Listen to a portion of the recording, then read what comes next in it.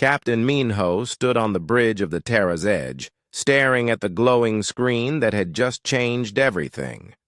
The message had arrived 3 hours ago, cutting through the silence of deep space like a knife through silk. No human had ever received a transmission like this before. "Captain, the translation is complete," said Sunho from his communications station. His voice carried a tremor that Minho had never heard before. In 5 years of deep space exploration, they had found dead worlds, ancient ruins, and strange artifacts, but never a living alien civilization that wanted to talk. The screen displayed symbols that shifted and flowed like liquid mercury. The ship's computer had worked hard to make sense of the alien language, and now neat human letters appeared below the strange writing. "Greetings to the children of Earth," Minho read aloud. "We are the Velthran Collective, speakers for the Circle of Civilizations. We have watched your species with great interest as you take your first steps among the stars. The time has come for proper introduction. We invite your representatives to meet with us aboard Nexus Prime, our diplomatic station in the Kepler 442 system. We offer friendship, knowledge, and a place among the enlightened species of the galaxy." Dayun looked up from her science station, her dark eyes wide with excitement. As the ship's xenobiologist, she had spent years studying the possibility of alien life. Now that possibility had become reality. "Captain, this is incredible. They've been watching us. They know about Earth, about our space program. This could change everything." Jiho nodded from his engineering console. The quiet man rarely spoke, unless something was important. But now his face showed the same wonder that filled everyone on the bridge. "The power requirements for a transmission across this distance would be enormous. Their technology must be far beyond ours." Heron shifted uncomfortably at her tactical station. The security officer had survived 3 border conflicts and a pirate raid that had nearly destroyed a colony transport. Her instincts had kept them alive more than once, and right now, those instincts were screaming warnings. "Captain, we know nothing about these aliens. This could be a trap." Minho understood her concern. First contact protocols existed for a reason. Humanity had spent decades planning for this moment, creating careful procedures and safety measures. But those plans assumed humans would be the ones to initiate contact. They had never considered that aliens might find them first. "Set course for Kepler 442, Minho decided. "But we go in ready for anything. Heron, I want full weapon systems online but concealed. Jiho, make sure our engines can get us out of there, fast if we need to run."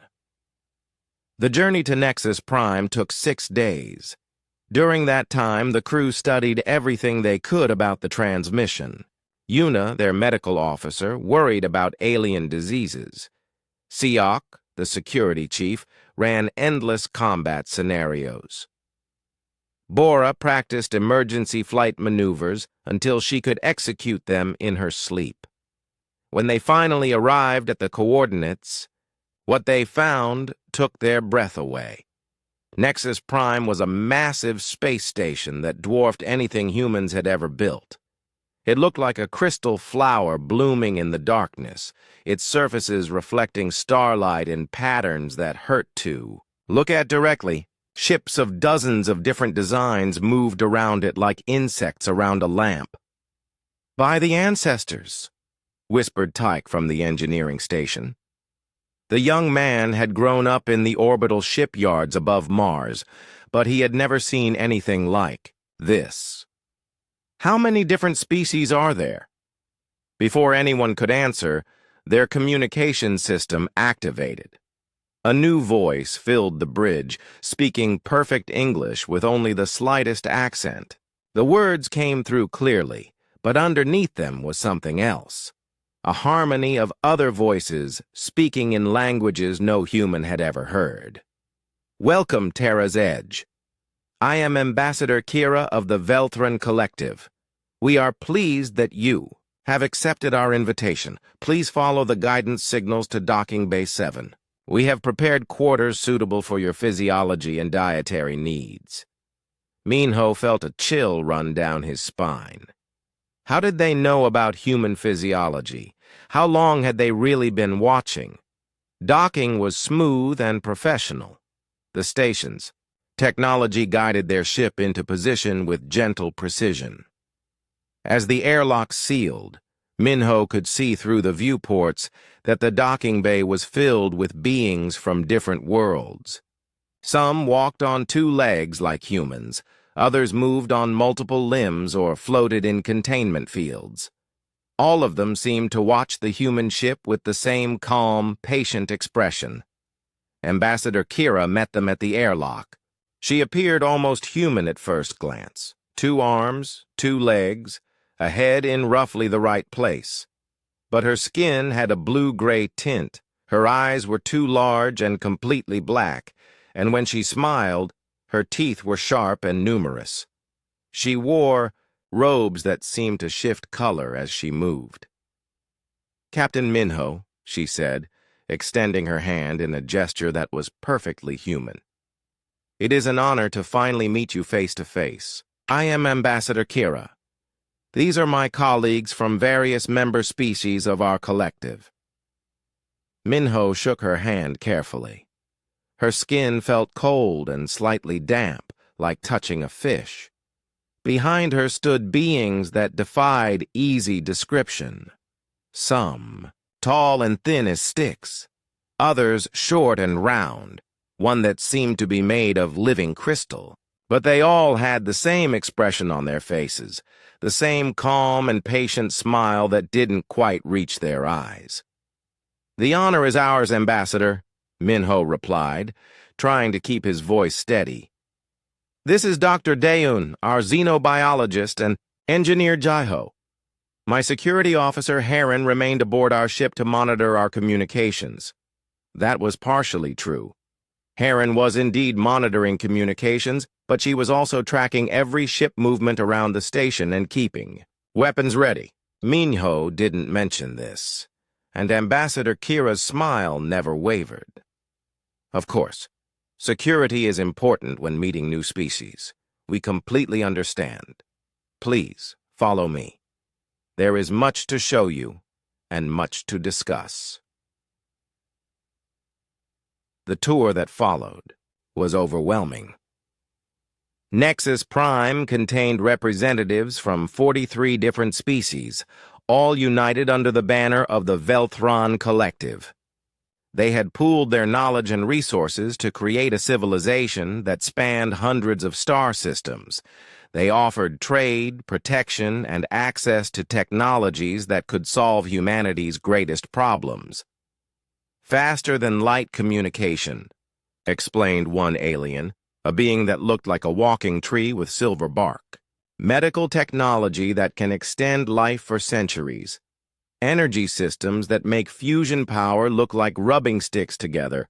All of this we share freely among collective members."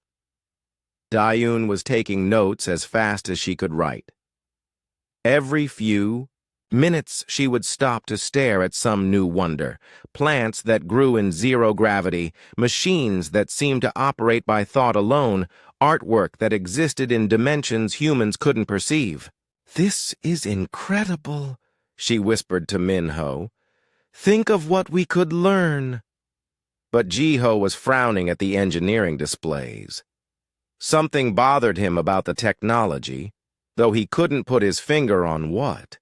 The power systems were indeed advanced, but they all seemed to follow the same basic principles. For species that had developed independently across the galaxy, their technology was remarkably similar. As the tour continued, Ambassador Kira explained the benefits of joining the collective. Member species received protection from hostile aliens, access to the best star systems for colonization, and help developing their planet's resources. In return, they contributed their own knowledge and capabilities to the common good. But surely there must be some cost, Minho said carefully. Nothing in the universe is free. Kira's smile became wider, showing more of those sharp teeth. The only cost is cooperation.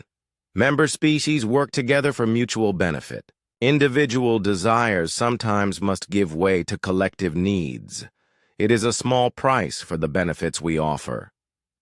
The way she said collective needs made Heron's warnings echo in Minho's mind. But before he could pursue the question, Kira led them to a grand hall where representatives of all 43 member species had gathered. Tonight we celebrate your arrival with a traditional bonding ceremony, Kira announced. It is our most sacred ritual, symbolizing the trust and unity between species. You will share food and drink from our worlds, as we will sample the provisions you brought from Earth. Tables had been arranged in a perfect circle. Each held delicacies from different worlds, some that glowed, others that moved slightly, many that smelled like nothing any human had ever encountered. At the center sat a large crystal vessel filled with a liquid that shifted through every color of the spectrum. The Harmony wine, Kira explained, lifting the vessel with reverent care. It contains elements from the homeworld of every collective species. When drunk together, it creates a bond of understanding that transcends language and culture. It is our greatest symbol of unity. Minho looked at his companions. Dayun was fascinated by the chemistry involved. Jiho still seemed troubled, but couldn't identify why. Through his communication device, he could hear Heron's voice urging caution, but her words were faint and filled with static. Something about the station was interfering with their signals. Around the circle, representatives of 43 alien species raised glasses of the strange wine. Their eyes all held the same expression, patient, calm, waiting. The air itself seemed to thicken with expectation. To new friendship, Ambassador Kira said, raising her glass high. To unity among the stars. To the bonds that make us one people, regardless of the worlds that birthed us. The aliens drank as one, their movements perfectly synchronized.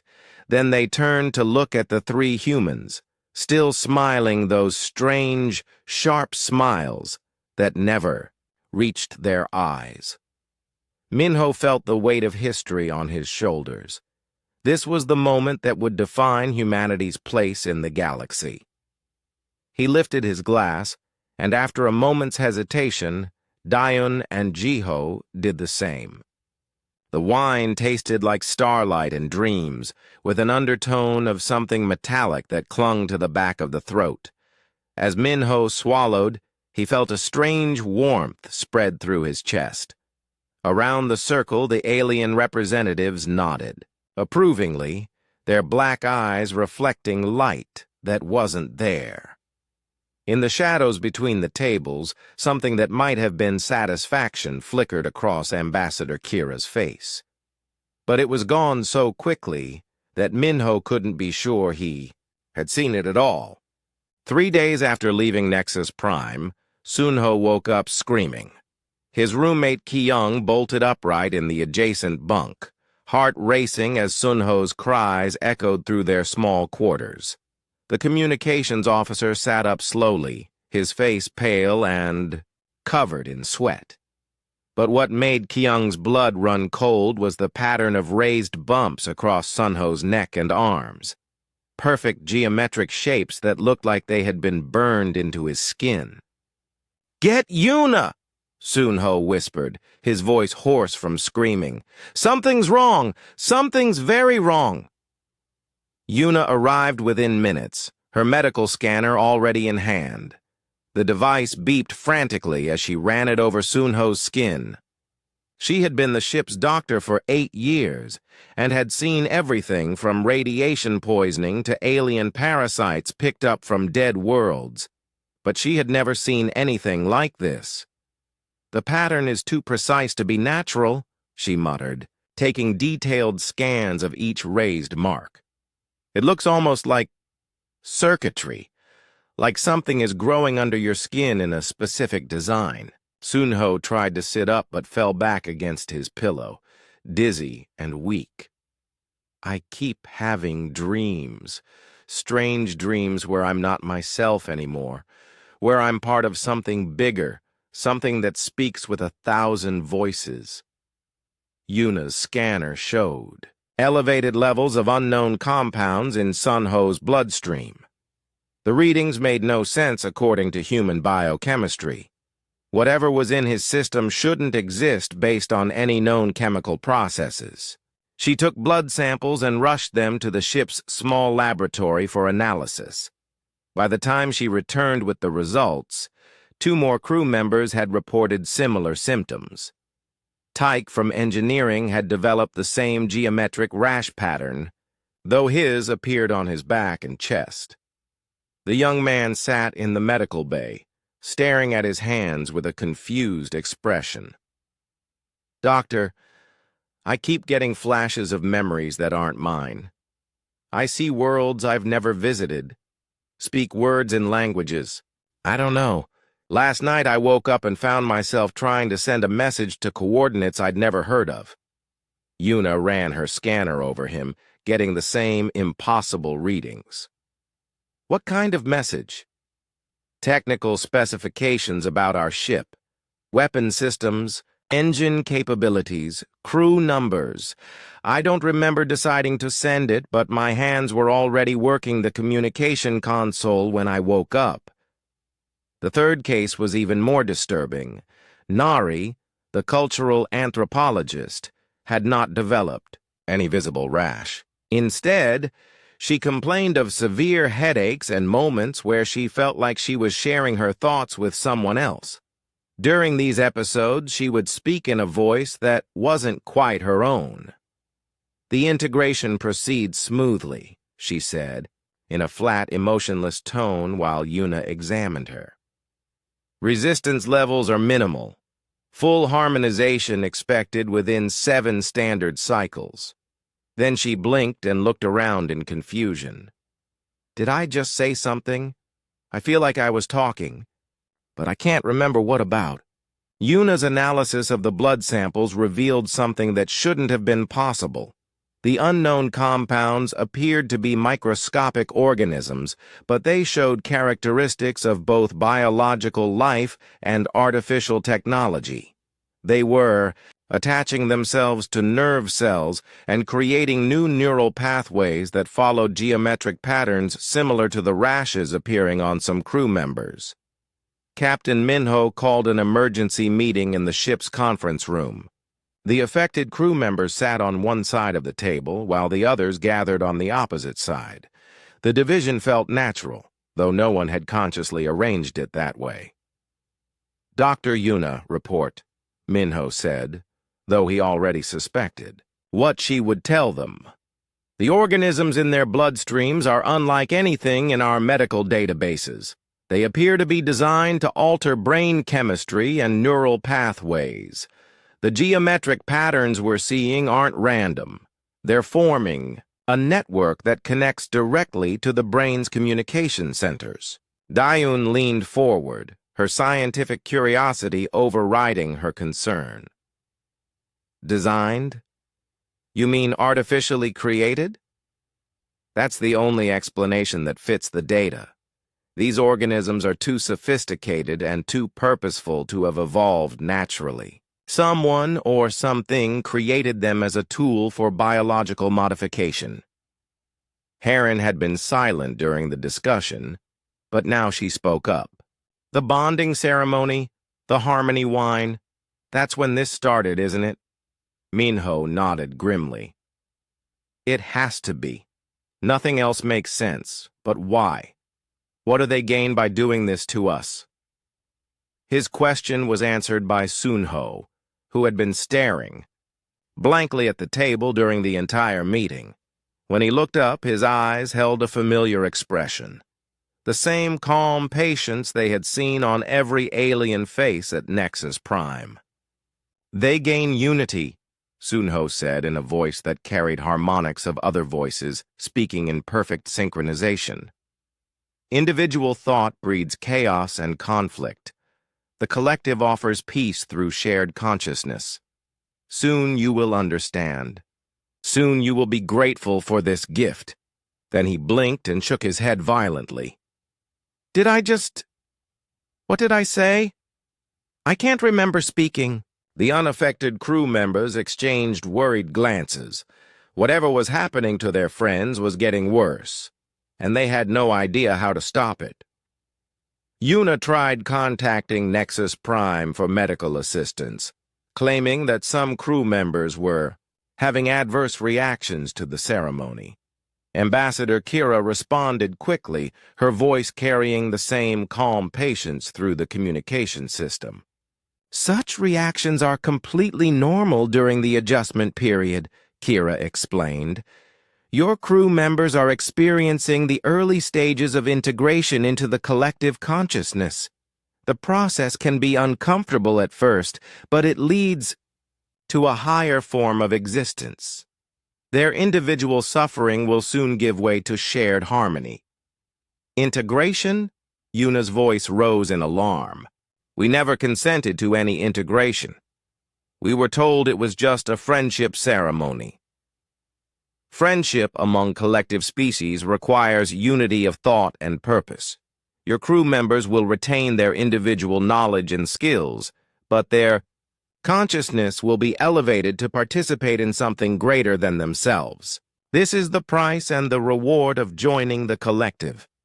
"And if we refuse this gift?" Minho asked, though he already suspected the answer. Kira's voice remained perfectly pleasant.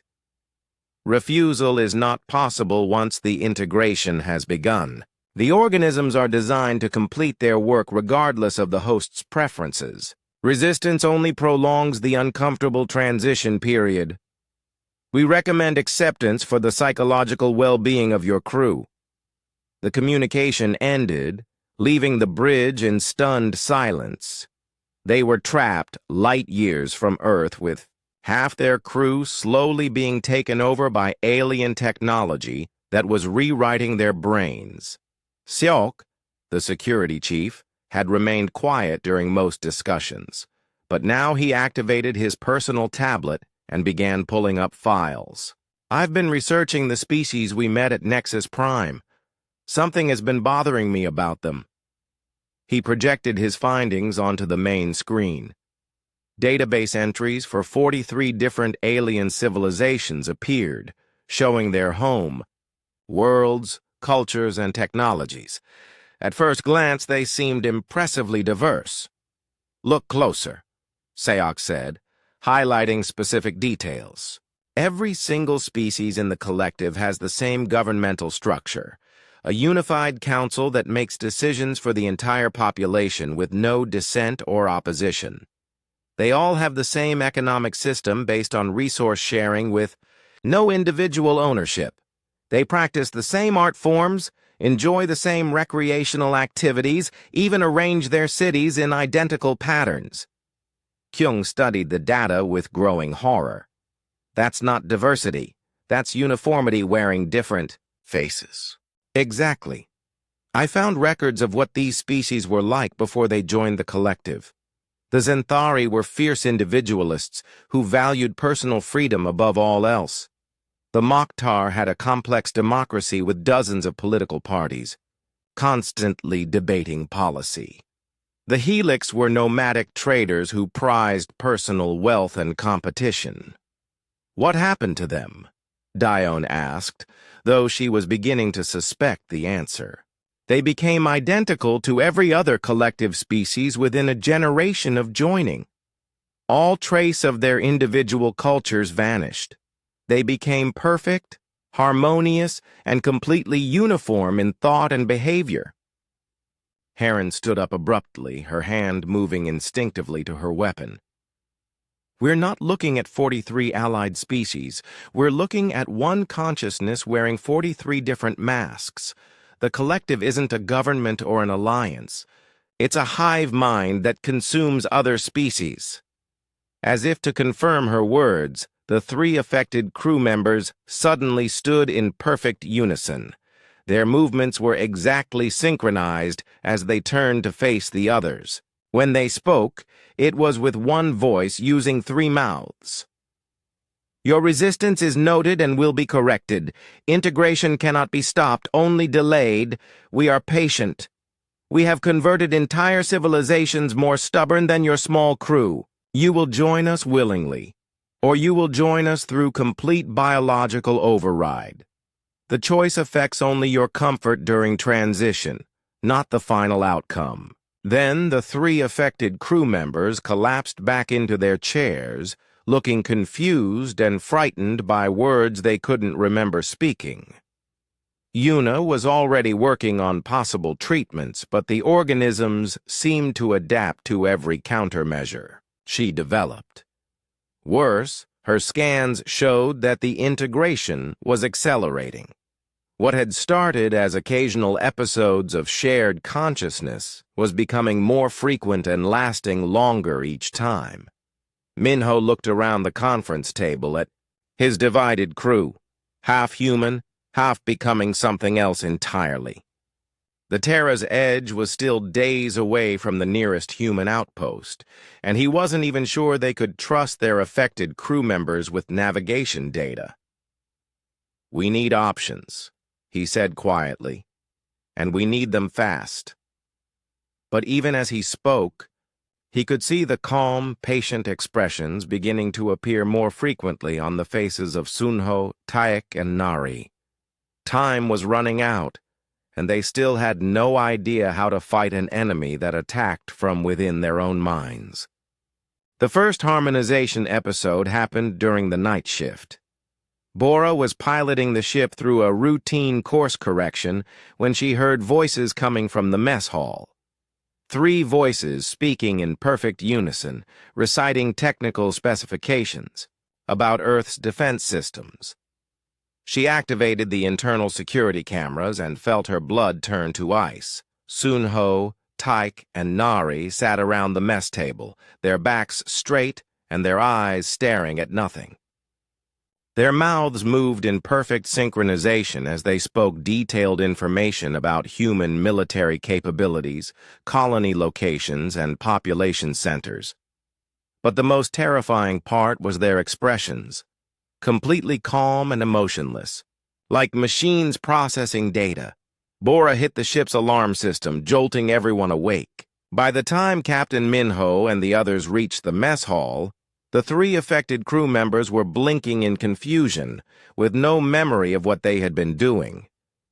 "We were asleep," Nari insisted, her voice shaking. "I was dreaming about my childhood home. I don't remember coming here or talking about anything." Yuna ran her medical scanner over all three of them. The readings showed massive neural activity in areas of the brain associated with communication and memory processing. Whatever was controlling them during these episodes was accessing their knowledge and transmitting it somewhere else. "Who were they talking to?" Jiho asked, checking the communication systems. "I'm not detecting any outgoing transmissions." Kyung had been analyzing the organisms in their bloodstream and looked up from his tablet with a grim expression. "The organisms aren't just changing their brain chemistry. They're creating new neural structures that can receive and transmit information directly. They don't need our communication equipment." "Direct biological transmission?" Dayun stared at the data in horror. "That means they're in constant contact with the collective, even out here in deep space." Minho felt the situation spiraling beyond his control. Not only were his crew members being slowly taken over, but they were also unknowingly broadcasting human secrets to an alien hive mind. Every moment they remained alive and conscious was potentially giving the collective more information to use against humanity. We need to consider isolation protocols, Heron said quietly. She didn't want to suggest what everyone was thinking, but someone had to. If they're transmitting military intelligence, we might need to... No, Minho said firmly. There still are people. There has to be another way. But even as he spoke, he could see the doubt in everyone's faces. The 3 affected crew members were becoming less human with each passing hour. During their conscious moments, they seemed like themselves. But the harmonization episodes were lasting longer and happening more frequently. Wubin, the youngest crew member, had been working quietly in the corner during most discussions. At 19, he was barely out of the academy and usually stayed, silent during senior staff meetings, but now he cleared his throat nervously.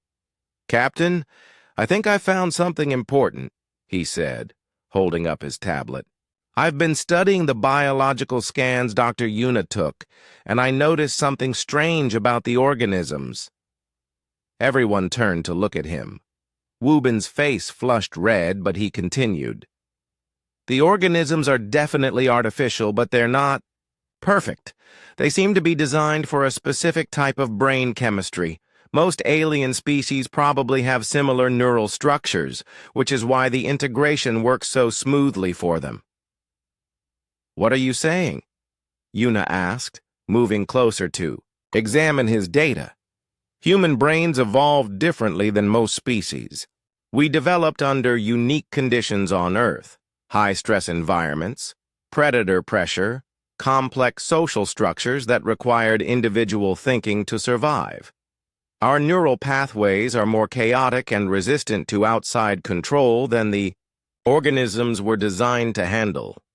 Kyung looked at the data with growing excitement. "You're right. Look at these readings from the affected crew members.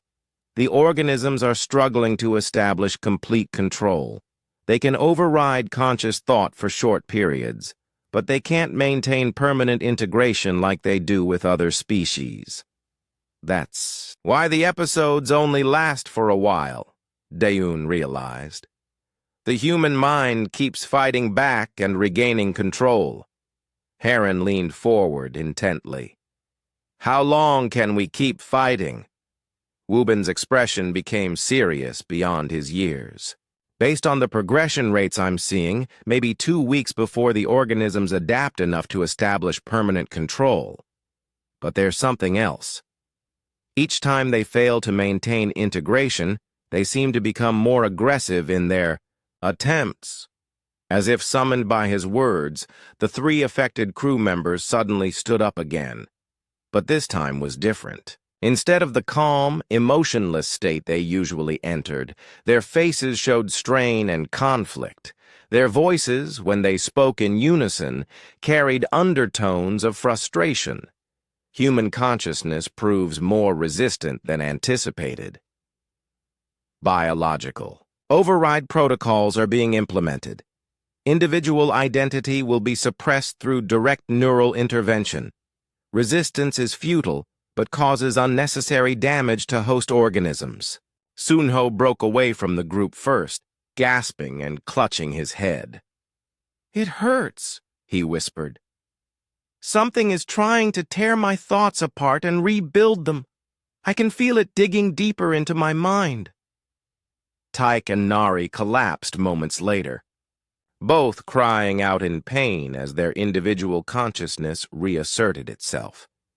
The geometric rashes on their skin had spread and now pulsed with a faint bioluminescent glow. Yuna immediately began medical scans. "The organisms are becoming more aggressive, just like Wubin predicted. They're causing physical damage to brain tissue in their attempts to override human consciousness." "How much damage?" Minho asked, though he dreaded the answer. "If this continues, permanent brain damage within days. The organisms are literally burning out neural pathways that resist integration." The ship's alarm system activated again, but this time it wasn't Bora who triggered it.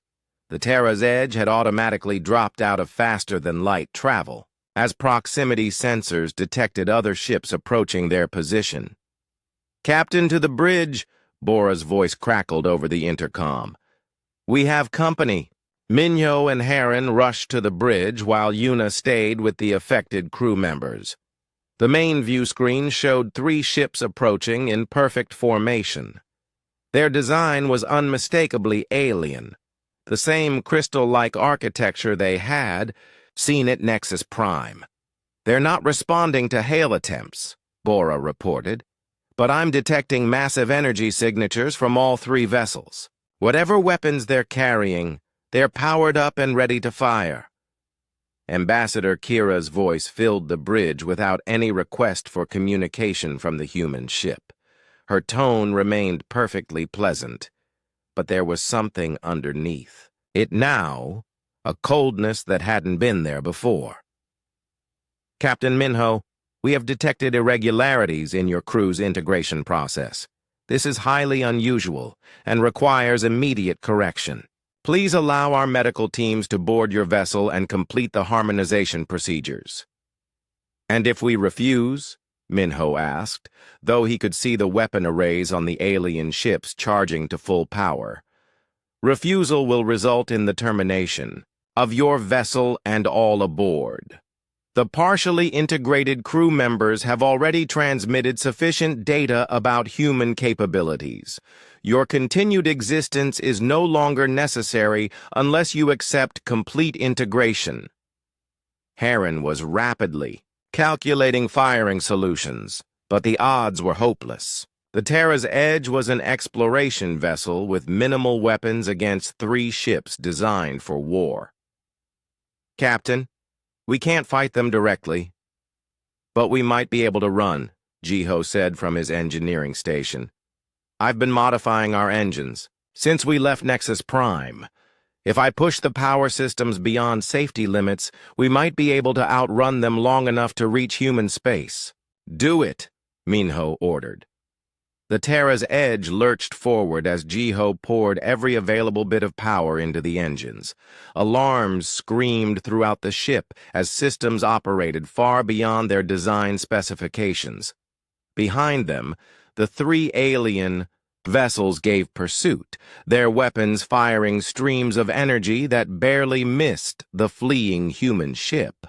"They're gaining on us," Bora reported, her hands dancing across the navigation controls as she tried to find every bit of speed the ship could manage. But their escape attempt was interrupted by screams from the mess hall. The 3 affected crew members were having their worst harmonization episode yet. This time, instead of just speaking intelligence data, they were trying to override the ship's navigation systems. "They're attempting to regain control of our vessel," Sunho said in the flat collective voice, his hands moving toward the communication console. "Flight from integration is pointless. Surrender now and accept the gift of unity." Siok moved to restrain him, but Taik and Nari were also moving toward critical ship systems.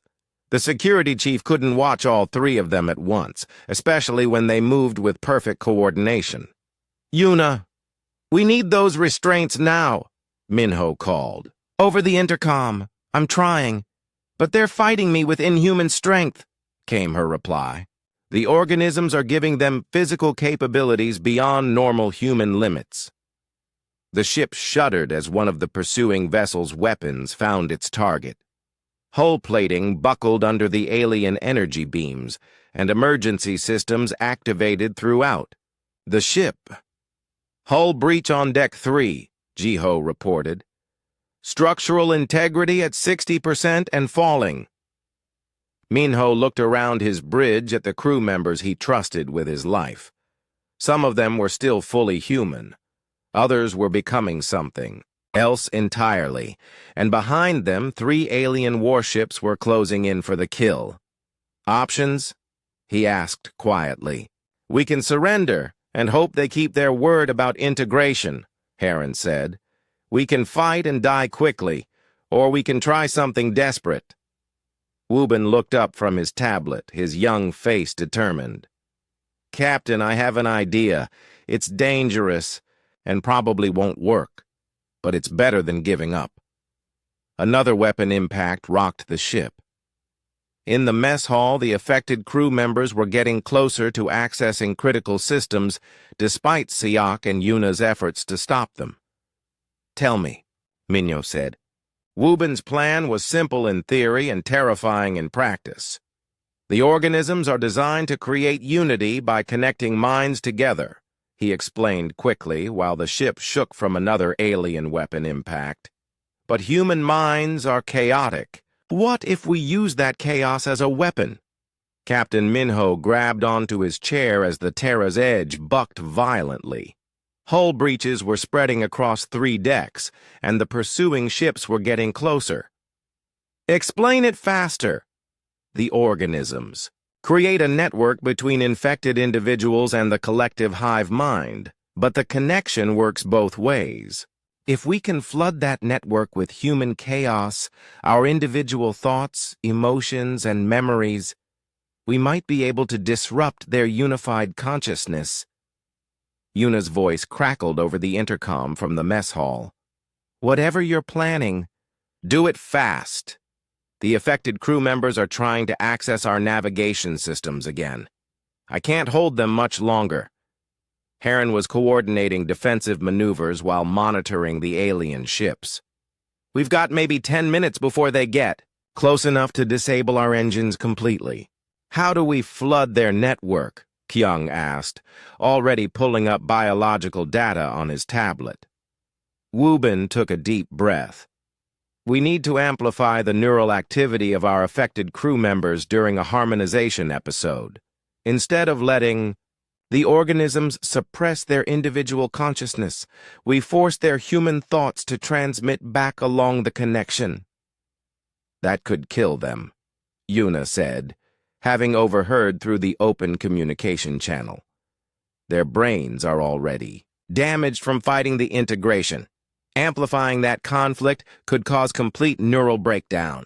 Jiho looked up from his engineering console, sweat beading on his forehead as he pushed the engines beyond their limits. "Do we have any other choice?" Before anyone could answer, Sunho's voice echoed through the ship's intercom system. But it wasn't his normal voice. It carried the harmonic undertones of the collective consciousness. "Human vessel, Terra's Edge, your engines are failing. Your hull is compromised. Your resistance serves no purpose. Prepare for boarding and immediate neural reconstruction of all crew members." Then Sunho's own voice broke through, filled with pain and desperation. "Captain, I can feel them in my head. They're trying to use me to control the ship. I'm fighting as hard as I can, but I don't know how much longer I can hold out." The transmission cut off abruptly. On the main screen, the 3 alien ships had formed a perfect triangle around the Terra's Edge, their weapons trained on the human vessel's engines. "They're not trying to destroy us anymore," Bora realized. "They want us intact for boarding." Minho made his decision. "Wubin, set up your plan. Yuna, get to the lab and prepare whatever neural amplification equipment you can jury-rig. Jiho, I need you to create an electromagnetic pulse that can boost biological neural activity without killing our people." "Captain," Heron said quietly, "this plan requires us to deliberately torture our own crew members." "I know," Minho replied, his voice heavy with the weight of command. "But if we don't try this, they'll be turned into puppets of the collective anyway. At least this way, they have a chance to fight back." The next few minutes passed in frantic preparation. Yuna worked with Kyung to modify medical scanners into neural amplification devices. Jiho rerouted power from non-essential systems to create an electromagnetic field generator. Wubin calculated the precise frequencies needed to boost human brain activity without causing immediate death. Meanwhile, the three affected crew members were experiencing increasingly violent harmonization episodes. Seok had managed to restrain them physically, but their mental connection to the collective was growing stronger. Through security cameras, the crew could see Sunho, Taek, and Nari sitting with their eyes closed, their lips moving in silent coordination with voices no one else could hear. "The boarding pods are launching," Bora reported. 6 pods, each carrying what looks like multiple alien life forms. "How long until they reach us?" Minho asked. 3 minutes. "Yuna, are you ready?" "As ready as we can be with improvised equipment." "And no time for testing," she replied grimly. "But Captain, I need you to understand. There's a real possibility that this will kill them. Even if it works against the collective, we might lose Sunho, Taek, and Nari in the process." Minho closed his eyes for a moment. These people had trusted him to lead them safely through the dangers of deep space. Now he was asking them to sacrifice their lives in a desperate gamble that might not even work. "Do it," he ordered. The modified medical equipment activated with a high-pitched whine. Electromagnetic fields flooded the mess hall where the 3 affected crew members were restrained. For a moment, nothing seemed to happen. Then Sunho began screaming. But it wasn't just a scream of pain. Mixed with his voice were fragments of memories, emotions, and thoughts that poured out in a chaotic stream.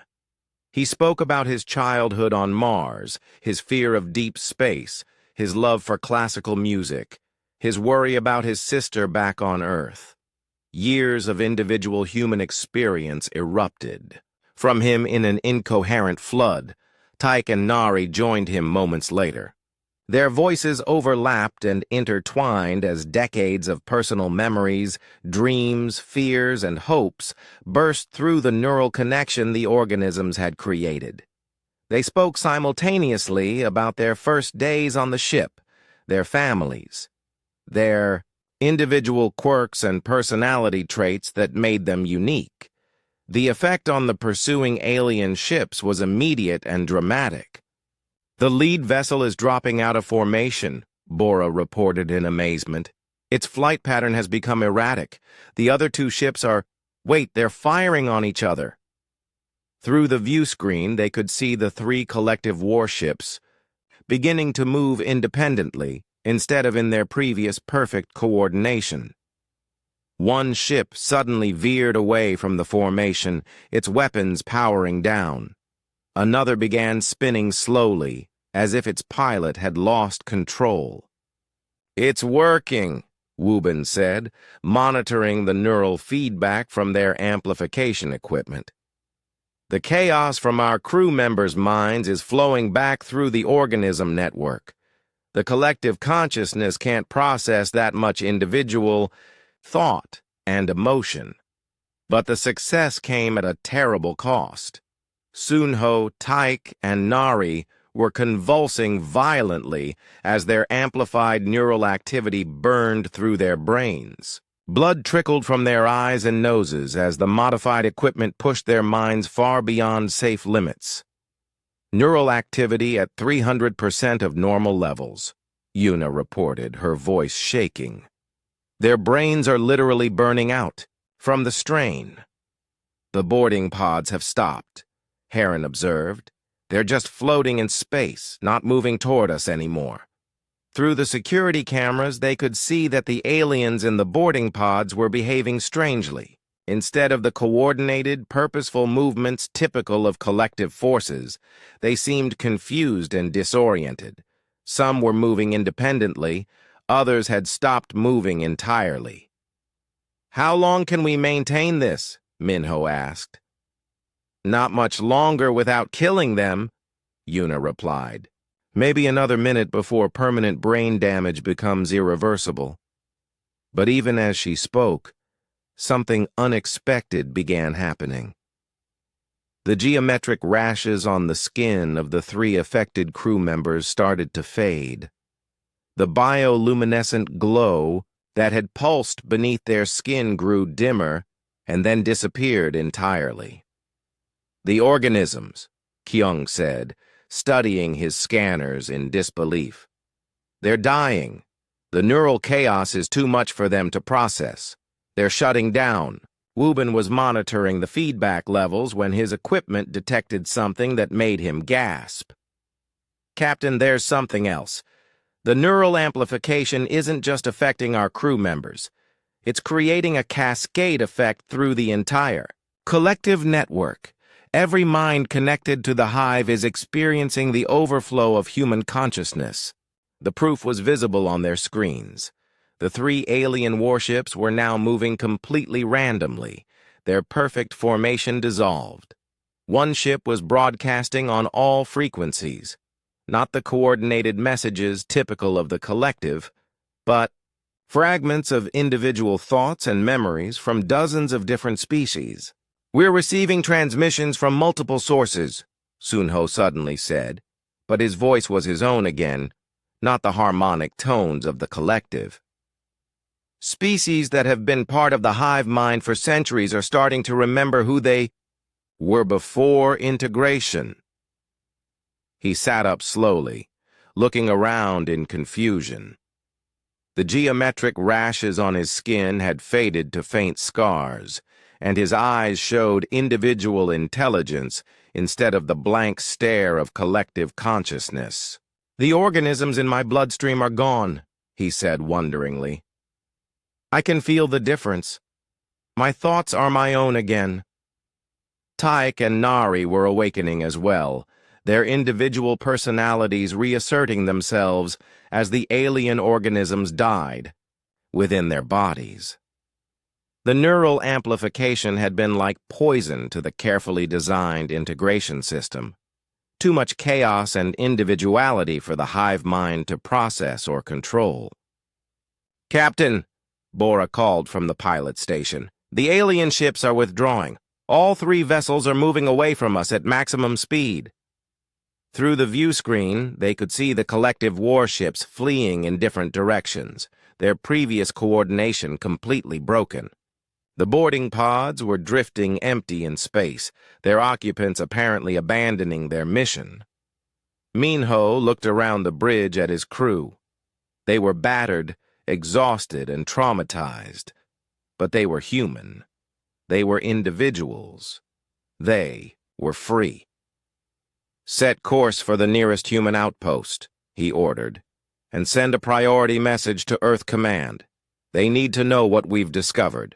As the Terra's Edge limped away from the battle site, its crew began to understand the full implications of what had happened. They had not just escaped the collective, they had found a weapon that could destroy the hive mind itself. But they had also learned that using that weapon required a terrible price. The question now was whether humanity would be willing to pay it to save the galaxy from forced unity. The emergency beacon reached Earth Command 12 hours before the Terra's Edge limped into human space. Admiral Chen stood in the Situation Room on Luna Station, reading Captain Minho's preliminary report for the 3rd time. The words on the screen seemed impossible, but the evidence was undeniable. Humanity had made first contact with an alien civilization, been poisoned and partially assimilated, then discovered that their own chaotic minds could serve as a weapon against a galactic hive mind. "How many ships do we have ready for deployment?" she asked her aide. 16 vessels within immediate response range, Admiral, but Captain Minho's report suggests conventional weapons are useless against collective technology.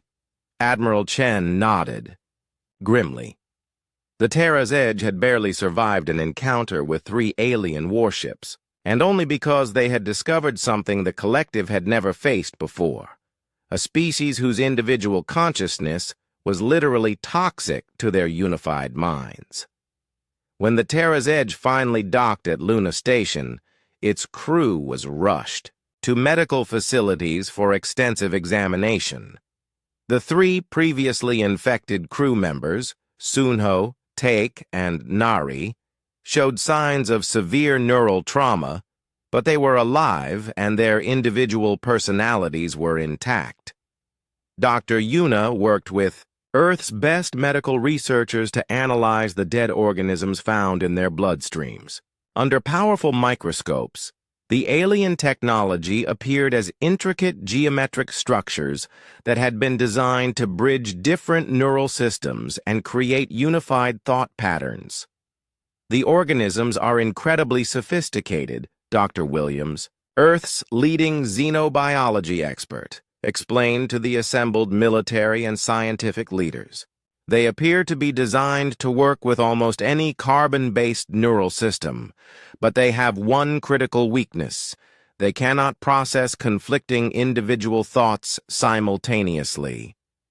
Captain Minho stood before the emergency council, still, exhausted from his ordeal, but determined to share what his crew had learned. The collective has been consuming alien species for centuries, maybe millennia. They offer friendship and unity, then use biological integration to erase individual identity. Every species they've encountered has eventually become part of their hive mind. Except us, Admiral Chen observed. Except us. Human neural patterns evolved under conditions that required individual survival instincts, creative problem-solving, and the ability to act independently even under stress. Our minds are naturally chaotic compared to most alien species. That chaos is poison to their integration system. The implications were staggering. Humanity had stumbled across a galactic empire that conquered through biological assimilation, rather than warfare, and they appeared to be the first species with natural immunity to the process. But Dr. Williams raised a troubling concern. Captain, your report mentions that the neural amplification process caused severe brain damage to your affected crew members. Are you suggesting we intentionally harm our own people to create this weapon effect? Minho looked at Sunho, who was sitting in the back of the room with visible scars from his ordeal. The communications officer had volunteered to attend the briefing despite his injuries. Tell them, Minho said quietly. Sunho stood up slowly, his movements still slightly unsteady from the neural trauma he had endured. The integration process was worse than death, he said, his voice carrying the weight of terrible memories. I could feel my thoughts being rewritten, my personality being erased bit by bit. During the harmonization episodes, I wasn't myself anymore. I was just a small part of something vast and cold that spoke with 1,000 voices but had no individual soul. He paused, touching the faded geometric scars on his neck. The neural amplification was agony, but it gave me back my mind. It made me human again. If we have to choose between that temporary pain and permanent erasure of human consciousness, the choice is obvious. Taik and Nari nodded in agreement from their seats. Despite their injuries, all three survivors supported the development of what scientists were already calling the chaos weapon. Over the following days, researchers worked frantically to understand and refine the process.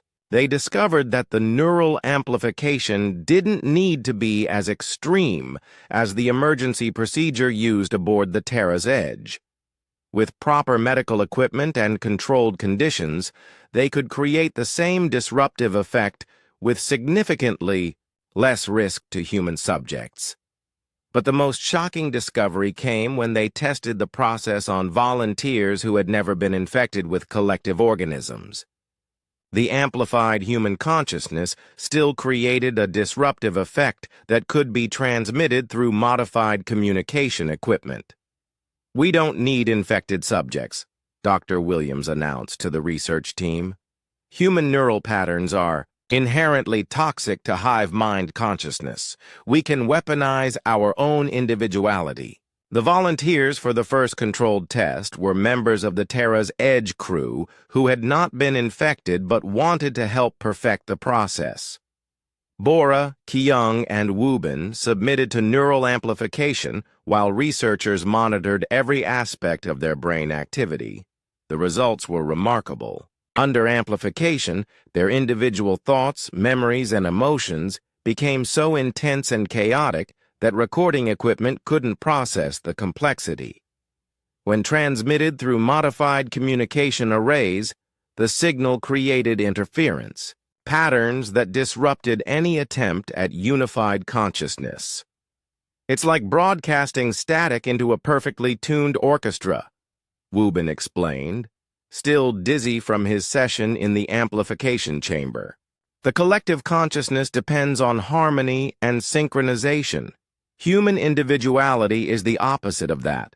We're naturally discordant, unpredictable, and impossible to synchronize perfectly."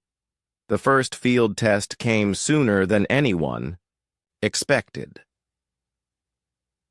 3 weeks after the Terra's Edge reached Earth, long-range sensors detected a massive fleet approaching human space. 200 ships in perfect formation, all broadcasting the same collective identification signals. The response to humanity's escape and disruption of their hive mind had arrived. Admiral Chen stood on the bridge of the battleship Defiance, leading a fleet of 30 human vessels toward the approaching alien armada. It was a hopeless mismatch in terms of numbers and technology, but they carried something the collective had never faced before.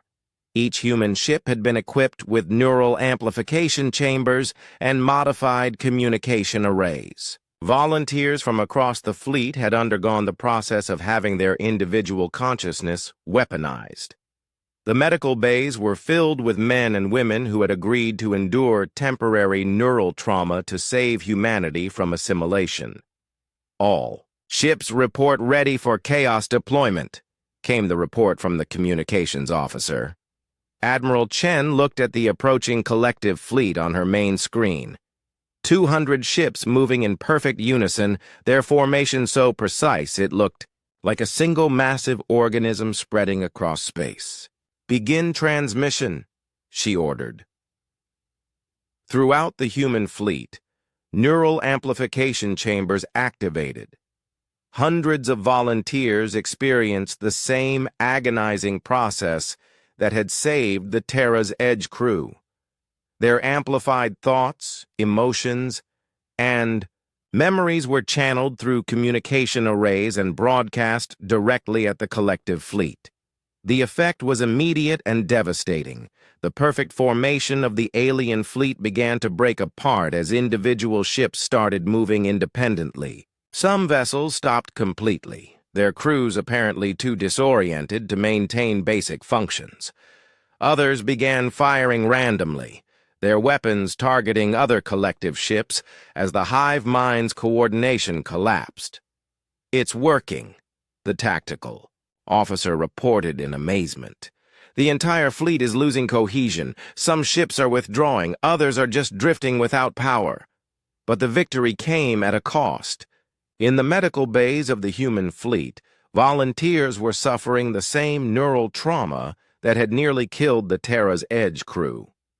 Some didn't survive the process, their brains unable to withstand the intense amplification required to disrupt an entire fleet's worth of hive mind connections. Dr. Yuna, now serving as chief medical officer for the operation, monitored the casualties with growing concern. "We're losing people, Admiral. The neural amplification required to affect a fleet this size is pushing our volunteers beyond safe limits." Admiral Chen watched the collective fleet continuing to break apart on her screens. Individual alien ships were broadcasting distress, signals in languages that had been silent for centuries as their crews rediscovered individual consciousness. The weapon was working, but each success was paid for with human suffering. "How many casualties?" she asked quietly. 17 dead, 43 with permanent neural damage," came the grim reply. The collective fleet was in full retreat now, their ships fleeing in all directions as the hive-mind connection continued to deteriorate. But Admiral Chen felt no satisfaction in the victory. They had saved humanity from assimilation, but they had done it by turning their own people into living weapons. Minho appeared on the communication screen from the Terra's edge, which was serving as a mobile command center for the operation. His face showed the same mixture of triumph and horror that Admiral Chen felt. "Admiral, we're receiving transmissions from dozens of individual alien species," he reported. "Species that have been part of the collective for generations are remembering who they were. Some are asking for help, others are demanding to know what happened to their civilizations. And some are probably angry about what we've done to them," Admiral Chen replied. "We've just shattered the consciousness of an entire galactic empire. The consequences are going to be massive." As the human fleet watched the retreating alien ships, they began to understand that their victory was only the beginning. They had learned to weaponize their own individuality, but using that weapon required sacrifices that challenged everything they believed about the value of human life. The galaxy was about to change in ways no one could predict, and humanity would bear the responsibility for every consequence that followed. 6 months after the battle that shattered the collective, Captain Minho stood in the observation deck of Luna Station, watching ships from dozens of alien species dock at the expanded station. The galaxy had changed in ways no one could have predicted, and humanity found itself at the center of the chaos they had unleashed. The collective's collapse had freed over 300 different species from the hive mind that had controlled them for centuries. Some had been assimilated so long ago that they had no memory of their original cultures or homeworlds. Others remembered fragments of who they used to be, but struggled to function as individuals after generations of unified thought. The Zephyrian delegation is requesting another meeting, Dayun reported, approaching Minho with a tablet full of diplomatic requests. As the Terra's Edge's former xenobiologist, she had become one of Earth's leading experts on recovering collective species. They still can't understand why their people are arguing with each other instead of reaching immediate consensus on all decisions. Minho nodded tiredly. The Zephyrians had been part of the collective for over 400 years. Their entire civilization had forgotten what individual opinion and disagreement looked like. Now that they were free, they were experiencing their first political debates in centuries and found the process terrifying. "Schedule them for tomorrow morning," he said. "What about the Helix traders?" "They're adapting better than most.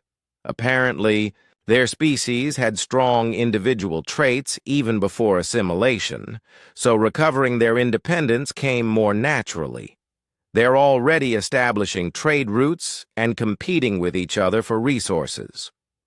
The recovery process was different for every species. Some embraced their newfound freedom with enthusiasm, rediscovering art, music, and literature that had been suppressed by the collective's need for uniformity. Others struggled with the burden of individual choice after centuries of having every decision made for them by the hive mind. And some were angry. The communication from the Velthron homeworld had arrived that morning, transmitted by Ambassador Kira herself. But this was not the calm, patient diplomat who had welcomed humanity to Nexus Prime. This was a being struggling with individual consciousness for the first time in millennia, and her message carried the weight of ancient grief. Captain Minho, her image said from the recording, her voice no longer carrying the harmonic undertones of collective speech. "I remember now. I remember who I was before the integration, what my people were like when we still had individual names and personal dreams. The collective took that from us 3,000 years ago, and we didn't even realize what we had lost." The recording paused as Kira seemed to struggle with emotions she hadn't felt in millennia.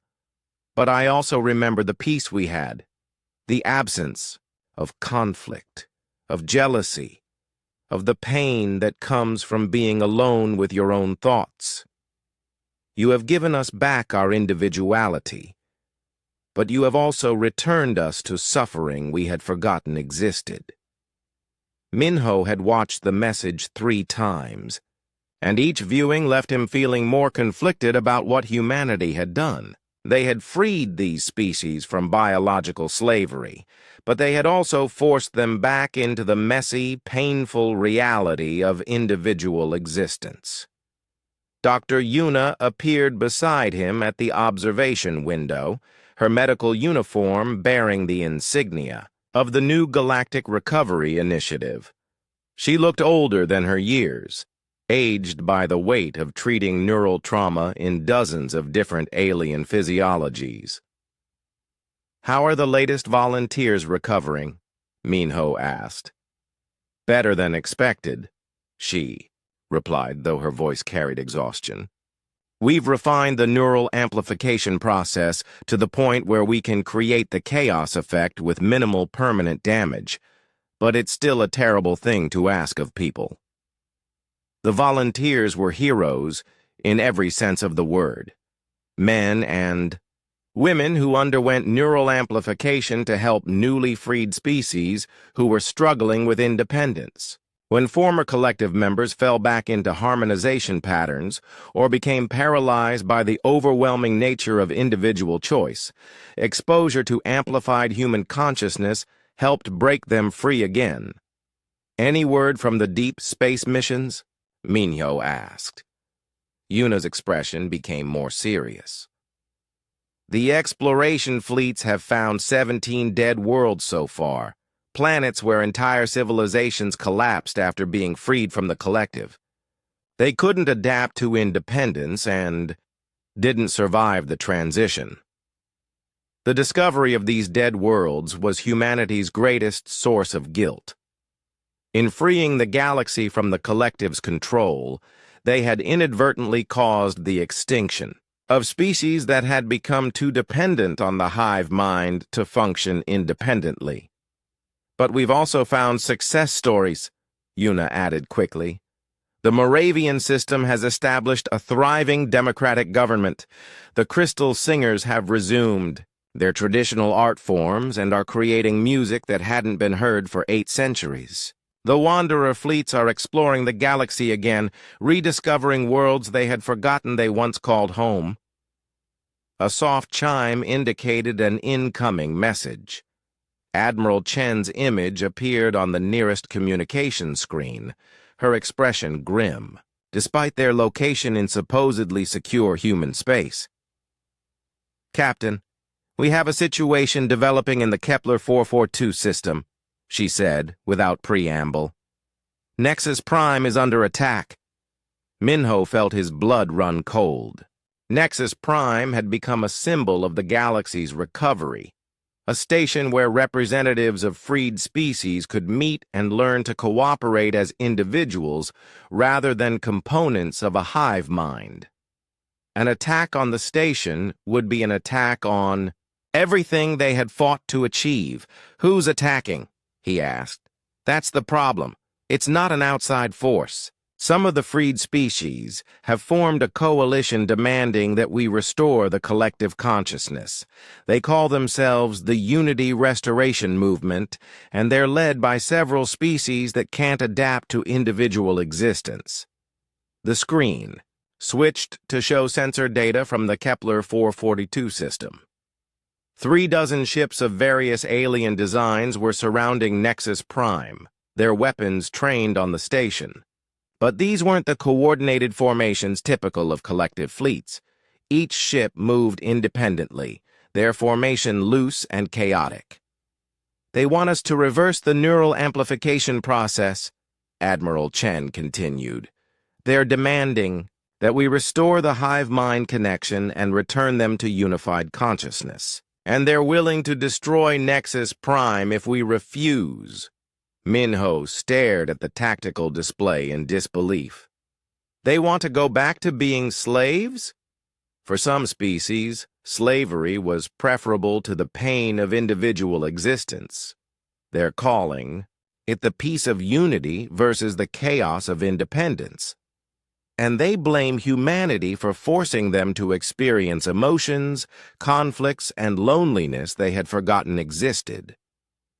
Dayon had been listening to the conversation, and now she spoke up with the insight that had made her an excellent xenobiologist. Captain, they're not wrong about the pain. Individual consciousness comes with suffering that hive minds never experience. Doubt, fear, loneliness, the burden of making choices and living with the consequences. For species that had forgotten these feelings, rediscovering them must be overwhelming.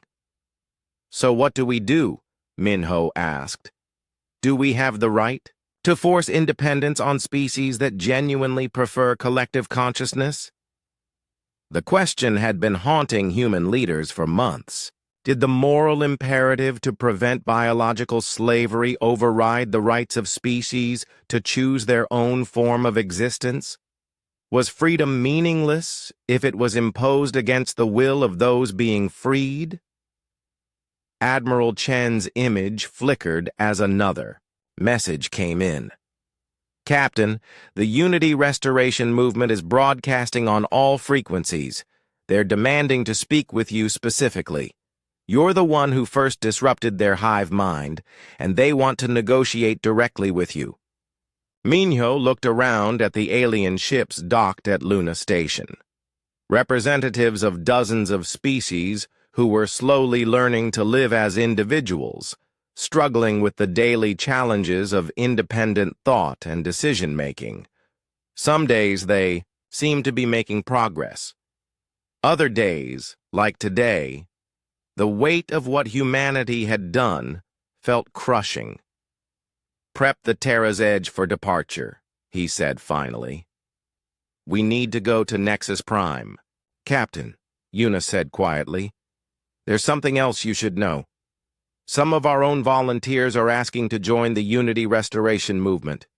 The neural amplification process has given them a taste of what collective consciousness feels like, and a few have decided they prefer it to individual existence. The revelation hit Minho like a physical blow. Even humans, the species whose chaotic individuality had proven toxic to hive minds, were finding the appeal of unity over independence. As the Terra's Edge prepared for its journey to Nexus Prime, Minho stood once again at the observation window watching the stars. Somewhere out there, species that humanity had freed from biological slavery were demanding to be enslaved again. Others were struggling to build new civilizations based on individual choice and democratic principles. And still others had died. Rather than face the challenge of independent existence, humanity had succeeded in poisoning the galaxy with their toxic individuality. They had shattered a hive mind that had ruled for millennia and freed hundreds of species from biological assimilation. But freedom, they had discovered, was a more complex gift than anyone had imagined. The galaxy was no longer unified under a single consciousness. Instead, it was chaotic, conflicted, and filled with the messy complications that came from billions of individual beings making their own choices. It was exactly what humanity had always been, and exactly what many species found unbearable. As the Terra's Edge jumped to faster-than-light travel toward its confrontation with the Unity Restoration Movement, Minho reflected on the bitter irony of their situation. They had won the war against the collective by being themselves, chaotic, independent, and impossible to control. But in saving the galaxy from forced unity, they had also condemned it to the beautiful, terrible burden of individual freedom. The stars outside his viewport seemed to mock him with their scattered, chaotic arrangement. No perfect formations, no unified purpose, just billions of individual lights burning alone in the darkness. It was the most human thing imaginable. And it was now the fate of the entire galaxy.